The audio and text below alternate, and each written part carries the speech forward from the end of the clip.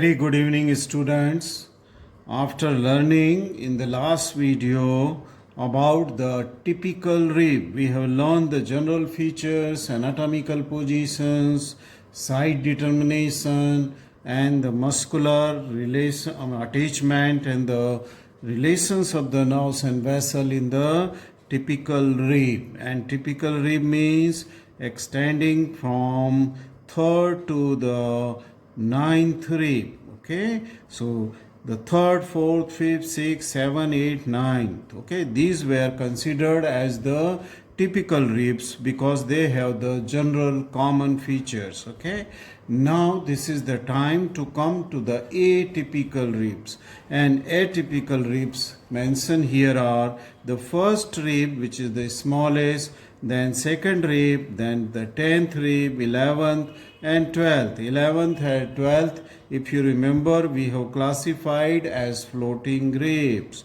Okay, so first and second were classified as two ribs, and 10th was classified as the rib which was not directly attached to the sternum, but through the 9th and 10th its costal cartilage was attached to the 7th, which itself was attached to the sternum. That means 7th was attached to the lowest part of the sternum. So now we come on to the bony features and then the particular features of the first rib. Okay, so let us see about the first rib, and this we will learn in various points. The first, I will tell you some of the bony features which will help you to identify the site determination of the first rib, and it will be also helpful to keep it into the anatomical position. And then I will tell you the bony features are general features which are present onto the superior and inferior surface of the first rib. And lastly, I will tell you about the muscular attachment onto the ribs, ligamentous attachment, and its relation with the nerves and blood vessel. So let us come on to the first rib. The first rib is the shortest, broadest, and curved, and it is flat, so it has many features. This is the shortest of all. Okay, we have seen it into the thoracic case, that it is the first rib is the shortest rib. It is the thin, it is the broad also. See this broadening of the rib, curved rib, and then it is the flat. Okay, this is a flat bone. Okay, it is a flat bone. As compared to the typical ribs, its head has only one articular facet. If I will show you the articular facet of the head, there is only one circular articular facet. Okay, while in typical ribs, okay, from 3rd to 9th, there were two articular facet, one big and another small. This is a typical rib, and this shows a big facet and a small facet also. The small is the upper facet, then there is the interarticular crest, and there is a large facet which articulates with that of the corresponding thoracic vertebrae. Okay, so in contrast to the typical, there is only a single facet which articulates with the body of the first thoracic vertebrae. Okay, this will articulate with the body of the first thoracic. The posterior angle of the rib, let us see. The posterior angle of the rib here lies just at the tubercle at the tubercle, while in case of the typical rib, this was the head, the neck, and this was the tubercle, and then from tubercle it was the shaft, and the angle was lying away from that tubercle, non-articular part of the tubercle. But in this case of the first rib, the tubercle is just, the angle is just at the rib here. Okay, at the tubercle only. Angle is rib, and from this angle it changes its direction. See, first it was going.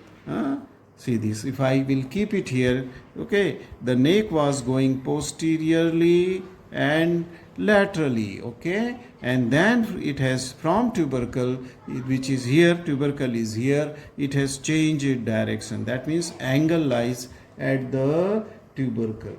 Now the shaft shows a flattening, as I said that it is a flat bone, and hence it shows an inner border, inner or this concave border, inner border, and an outer border, that is the convex border, inner border and outer border. And since it is a flat bone, it shows a superior surface and a inferior surface. It shows a inferior surface and the superior surface, okay. And again, this is in contrast to the typical rib where the inner surface was concave, okay, like that of the first rib. The outer surface was convex, like that of the first rib. But here the surfaces were inner and outer, borders were superior and inferior. So there, in a typical rib, there was a superior border and a sharp inferior border, a medial surface and a outer convex lateral surface was there, okay. So this is medial, where subcostal groove was there on the inner surface, okay. But here it is, the borders are here, the inner border, okay, and this is the outer border, and surfaces are superior and inferior. So instead of the superior and inferior border, here is the inner and outer border and superior and inferior surface of the flat bone. So this surface in diagram is the superior surface, okay, it is superior. So the bone also is showing the superior surface. So the head, neck and tubercle, these are at the posterior end, okay, and then from the tubercle there is an angle and it takes a turn and forms an shaft, okay, and shaft has a superior flat surface and inferior flat surface and inner border and convex outer border, okay. This is now how to differentiate a superior surface and an inferior surface. If I will keep this bone like this is also the surface, flat surface, this is, and if I keep the bone in this way, this is also the flat surface, okay. But the differentiation is that this, if you will trace your finger on the superior surface of this bone, then you will see that there is the roughening is there. There is a presence of a tubercle near its medial border. There is a ridge here. There is a depression or groove here, anterior to this tubercle, posterior to this, and there is a rough area, roughening. So this surface, when you will trace it with finger, this is the rough surface. And if you will see and trace your finger onto the opposite surface, this is absolutely smooth surface. So the smooth is inferior surface, and where the roughening and grooves and tubercles are seen, that is the superior surface, okay. That way how you can differentiate a superior from that of the inferior surface. Let us come to the side determination. Thus, for this bone, it is necessary to determine the side by holding it and feeling the superior and inferior surface. If superior surface is showing the roughening, keep this surface upward, okay, and then keep the head, okay, or the medial end towards the median plane. So this is the medial plane. Say for example, in my body, this is the bone which is, say head is facing medially, okay. So this should face medially, and then the concave inner border should face towards the median plane. This is a concave inner border. It is also facing where the head is also facing towards and close to the median plane. It should lie close to the median plane because it articulates with the body of the rib. That's why it should lie close to the, okay. And then the rough surface should be kept upward. Rough surface should be kept. This will give you the side of the bone. Okay. So this bone belongs to which side? It belongs to the right side. This bone belongs to the right side. If suppose I will keep this bone in this way so that the inferior surface, which is smooth, it is facing upward, but then this is wrong. Why it is wrong? Because this inferior surface, which is smooth, it should face inferiorly. Okay, only the rough surface should face superiorly, right? Rough surface should face. So this is the first rib of right side. Let us come to the anatomical position. Keep the posterior or vertebral end, which will have the articulation with the first body of the first thoracic vertebrae medially. Okay, it should be towards the midline. Let me draw a midline here. Okay, so this is, for example, this is the midline, that is the median plane, okay, or midline you can, and this should be close to that of the midline, right? So then second thing which you should do is that just slip the bone in your hand like that the anterior end, okay, and this is the posterior end. Anterior end should be at a lower level than that of the posterior end. That means it should form a sloping surface, and it is said that almost 45-degree angles sloping should be there. So this is the posterior end is medially placed and it should be upward as compared to that of the anterior end, which should be tilted downward. Okay, so this is the position of the first rib. Okay, you should always try to keep it in this position. Don't keep the bone in this position. Okay, it is always obliquely placed. Okay, it's because the inlet of the thorax is an oblique direction. Okay, if I can show you the diagram, I will show you the diagram. Yes, it is here. I will show you this diagram which I showed you in the last video also. See this. This is the medial end of the first rib. See here. Okay. This is the medial end of this right and left rib. This is right and this is left. And then the anterior end is at a much lower level. Okay, it is. And it forms a sloping inlet of the thorax, which is almost at the 45-degree angle. That slope is there. So that slope is very important. So you should always keep in anatomical position in the sloping surface, right? Let us come to now, once we have learned about the side determination and anatomical position, okay, we should come to the bony features. General features are bony features, right?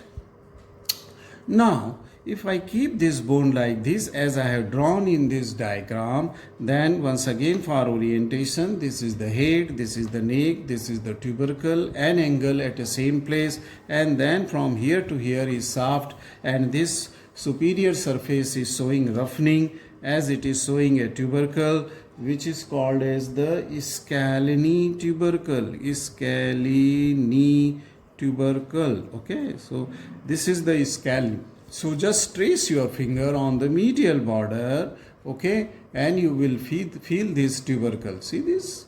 This is that tubercle. Okay, this is called as scalene tubercle, right? So you will feel that scalene tubercle, right? Now the head, I have already told you, head just has only one single articular facet for the articulation with the body of the, so it is on inferior aspect, there is a one single big articular facet, okay, the head, okay, and it is quite big as compared to other ribs where there will be two. Here it is only one, okay, and it is quite big, okay. Now the neck is almost rounded. If you will just trace your finger onto the neck, it is almost rounded, not flattened anteroposteriorly as it was in the typical rib. Okay, this was having a posterior surface neck and anterior smooth surface. A superior sharp border was there in the typical rib neck. This is not. This is almost rounded. Okay, almost. On the posterior surface there is roughening for the attachment of the ligament. But other three surface, superior, anterior and inferior, they are quite smooth. Okay, they are quite smooth. Now, if you see the tubercle of the first rib, then you will see that tubercle is having a very large articular facet. In this red color is given here, but around that red color also this large facet is there. And this large articular facet of the tubercle, which is the articular in nature, it will articulate with that of the transverse process to form the costotransverse joint. Okay, so with the first transverse process, that means with the transverse process of the first thoracic vertebra, a large articular facet will form a big joint. Okay, and then just lateral to this articular part of this tubercle, there is a non-articular part of this tubercle which is rough, which will also give attachment to the ligament, lateral transverse ligament. Similarly, the neck here, which was rough, it will also give attachment to the ligament. Okay, it is give to the ligament. Let us come to the shaft. Okay, now the shaft is flat and shows a superior and inferior surface, and we have already determined superior is rough and inferior is smooth. Okay, smooth. On the medial border there is a presence of a tubercle that is called as the Scalene tubercle. From Scalene tubercle, if you can see, there is a faint ridge going. Okay, see this faint ridge going from Scalene tubercle. Okay, I will bring it up. Okay, and will show you that how it is going. See, this was the scalene. Let it focus. Okay, this is the Scalene tubercle, and from Scalene tubercle this ridge, faint ridge is going. And this faint ridge I am showing you because this ridge just demarcates. Okay, or just is placed in between the two sulci. Okay, this an anterior sulcus and a posterior sulcus. Just I can put my finger in the posterior sulcus, and then there is an anterior circle just in front and behind that of the Scalene tubercle and that bony ridge. Okay, that bony ridge, right? Now, if you will see the inferior surface, it is completely smooth. It is completely smooth. There will be a roughening here, okay, near the outer border. You can see very well. See this roughening, muscular roughening is seen here in this area, okay, and there is some roughening is also seen near the anterior end. Now, if you will see the anterior end, it is a depression is there, and this will articulate with that of the costal cartilage of the first rib, which will articulate with the costal notch of the manubrium sterni. Okay, so the first rib will just gets its attachment to the manubrium sterni. Okay, in costal notch of the manubrium sterni. Okay, so the anterior end is cup shaped here. Okay, depression is seen, and this will give attachment to the costal cartilage. Costal, this is the primary cartilaginous joint. Both the ends of it will form the primary the rest of the costal cartilages, second to seventh, they will form the synovial joint. Okay, but this is the primary cartilaginous joint. Let us come to now the muscular attachment. Okay, muscular attachment will be, okay, let me bring the chalk. If I have the chalk, I will show you by marking of these muscles by the chalk. Okay, and ligaments, right?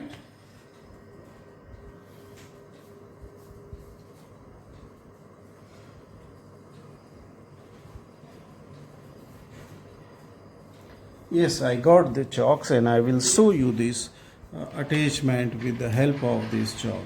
Now the origin, there takes place a small muscle which takes origin from the junction of the costal cartilage and this anterior end of the rib from its upper surface where this rough surface is present. See the rough surface which, okay, this rough area gives attachment to a ligament. This gives attachment to a muscle, okay, which goes, okay, it will go towards the clavicle and will get attached onto the under surface of clavicle. So which is this muscle? This muscle is called as subclavius, and as I said, partly it will be on cartilage, costal cartilage, and partly onto the this rib, anterior end of the rib. Let me draw the costal cartilage so you will get a better idea. Okay, so for example, this is the first costal cartilage, so this will be the attachment. So first costal cartilage is here. So this muscle is called as subclavius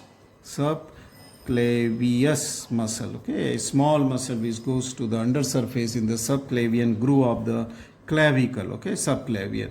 Okay, then there will be the scalene anterior muscle, okay, scalene anterior muscle, and this scalene anterior muscle will get its attachment onto the scalenus tubercle in this area, okay, in this area there will be the attachment onto the scalene tubercle, scalenus anterior muscle, scalenus anterior muscle. And then here near the medial border there will be insertion of another muscle which is called as scalenus medius muscle, a bigger one than the scalenus anterior. Okay, this is the scalenus anterior and this will be the scalenus medius. So I will just write here scalenus medius. Okay, so scalenus anterior and scalenus medius muscles are here. Then there will be origin from this rough area which I said you, okay, of the outer border, near the outer border, and this is the origin. These two are insertions, okay, that's why I have drawn it with the blue colors. Okay, now this origin is of the first digitation of serratus anterior from the outer border and little from outer surface. This is the first digit. There are 8 digitation of serratus anterior, and this is serratus anterior. Serratus anterior muscle, first digitation will take origin from here. Sorry. So this is serratus anterior muscle. Now let us come to the ligaments here. Okay, ligaments will be there. That there is an important ligament is present here, and that is very close to the anterior end. This is quite a strong ligament. So I am drawing it with the green color, and this ligament is called as costoclavicular.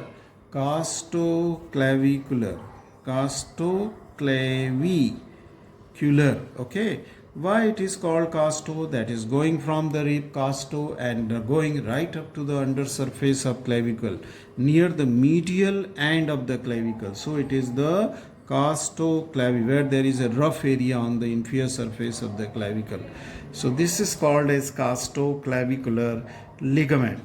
There will be the other ligaments, say for example costotransverse, okay, which goes from the neck to the anterior surface of the transverse process. There will be in the tubercle, rough area of the tubercle, an insertion of the lateral costotransverse ligament. The radiate ligament will attach onto the margin of this anterior margin of this articular area, which will form the costovertebral joint. This will be the vertebral body. So this is the costovertebral joint area. Let us come to the structures on the superior surface in these two grooves, and these are the subclavian vein and subclavian artery. Okay, subclavian vein will be in the anterior groove, anterior to the scalene tubercle, and this is the subclavian vein which will lie in this groove. But at the outer margin of this is the outer margin of the first rib, this subclavian vein will be known as the axillary vein, but on the top or the superior surface of it where it lies and then medially, this is called a subclavian vein. Okay, a large vein, subclavian vein, right? And then there will be an artery here. An artery is called as the similarly subclavian artery, and from the outer margin of the rib then it is called as the axillary artery. Okay, from this outer margin, otherwise it is called as the subclavian artery. So this I will write here as the subclavian artery. Okay, subclavian artery and subclavian vein. Then there is a nerve, that is the lower trunk of the brachial plexus, and I am drawing it with the yellow color, and this is that which will lie in the groove along with that of the subclavian artery.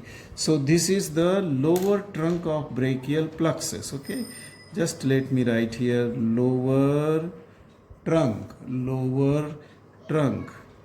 of, there were three trunks, lower, the lateral and medial trunk, lower trunk of the brachial plexus, they were called. Okay, so this is lower trunk of the brachial plexus, superior, middle and the lower trunk of the or inferior trunk of the brachial plexus, which will go in this, right?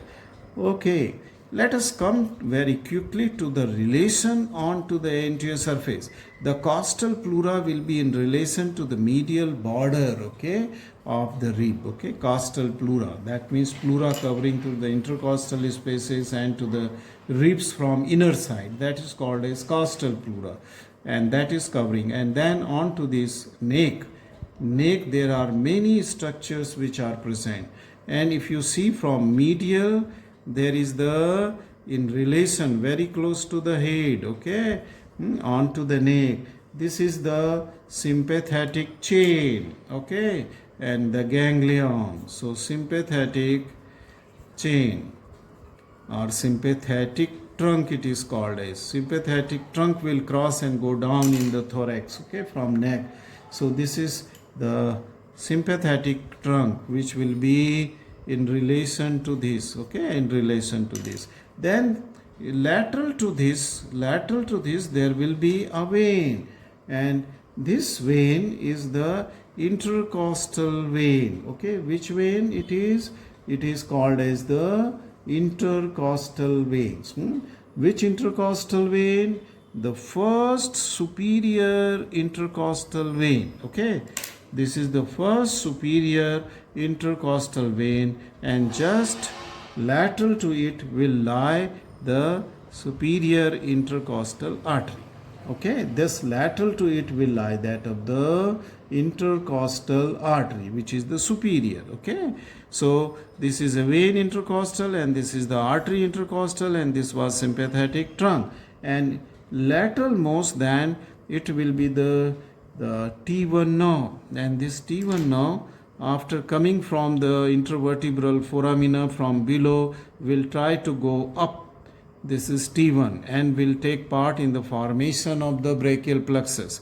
It will join to that of the to form the lower trunk, okay, to with the C8 it will join. So this is the T1 ventral ramus, okay, T1 ventral ramus, which is going to join the C8 to form the lower trunk, okay, or of this brachial plexus, right? So this is the T1 will be. So these are the relation. Now this bone was very important. That means the first bone, even sometime there is a short note on to the relations of the first rib, okay. Now you should remember everything, because it is also a very frequently asked bone in the viva also. They will give you a bone and will ask you to side determine. Okay, when you have determined the side properly, then they may ask you how to keep it in the anatomy. The obliquity is there because, okay, so you should know how to keep into the anatomical position.